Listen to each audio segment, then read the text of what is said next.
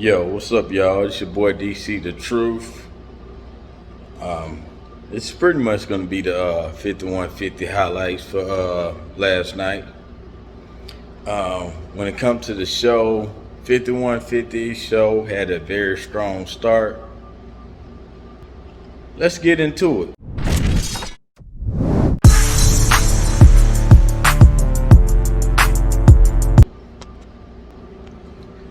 Now, when I seen the show, the very start of it, I was like, okay, I like the direction it's going right here.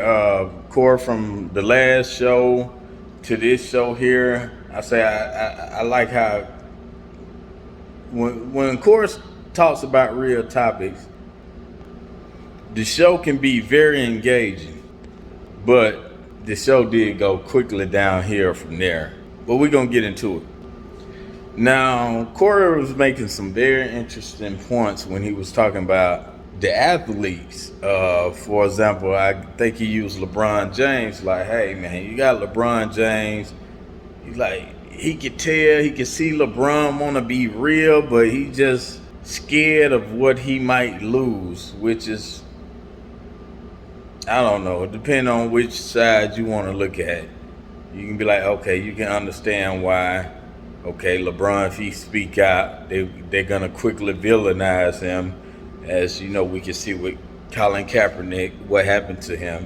So Corey made a very good point when it came to that. Like, man, these athletes, especially somebody in LeBron's situation, he has the platform to where he can make the difference, but he says a little something, but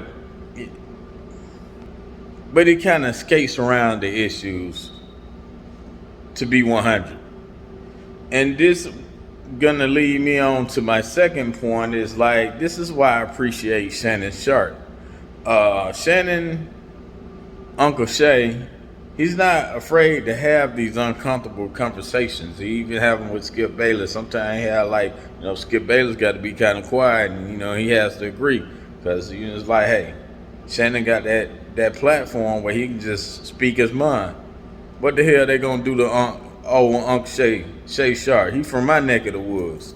Hey, Unc gonna cut up, man. He gonna speak his mind, man. It is what it is. But the athletes, they're not like Shannon Sharpe in that aspect. They're not as vocal as him. Now, mind you, Corey did bring up the fact, with athletes like Colin Kaepernick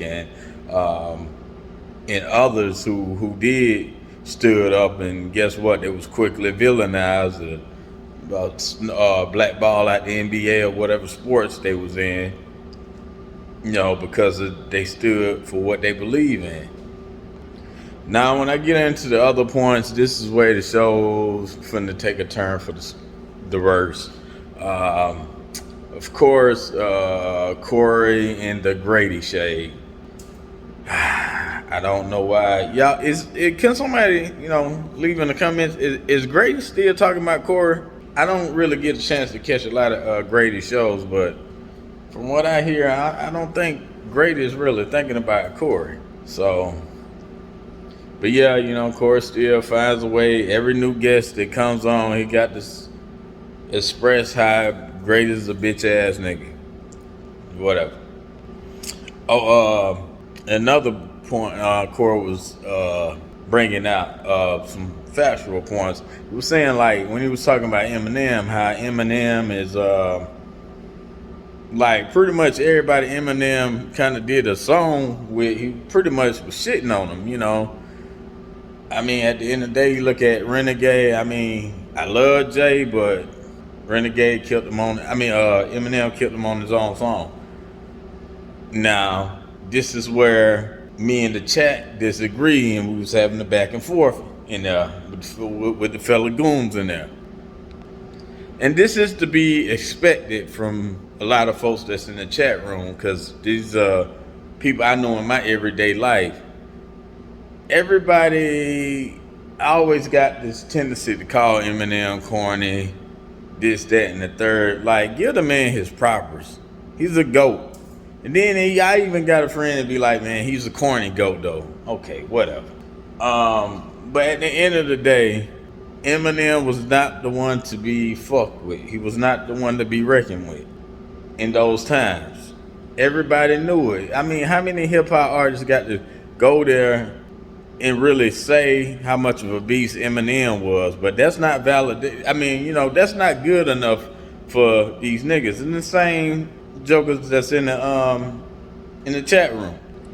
I don't even get mad anymore, you know, when you trying to argue, especially, you know, especially when it comes to like lyrical, somebody that's a lyrical genius. I don't even get mad at them anymore. All I can say, the folks that hates like that, they like bubblegum and mumble rappers. That's how we gonna chalk that up. Anybody that hates on Eminem right there, don't get a man his propers. Okay, we're gonna go on to the next point. Now, I didn't get the brother's name, but he has a very distinct hyena laugh. It kind of reminds you of Craig a little bit. I didn't know if that was Stevie Wonder Son or Bob Bootleg Marley, but something was really disturbing me with his grill and them glasses and that green screen. Like every time the camera came on him, it's like he fades into the green screen. I don't know, that just annoyed me. But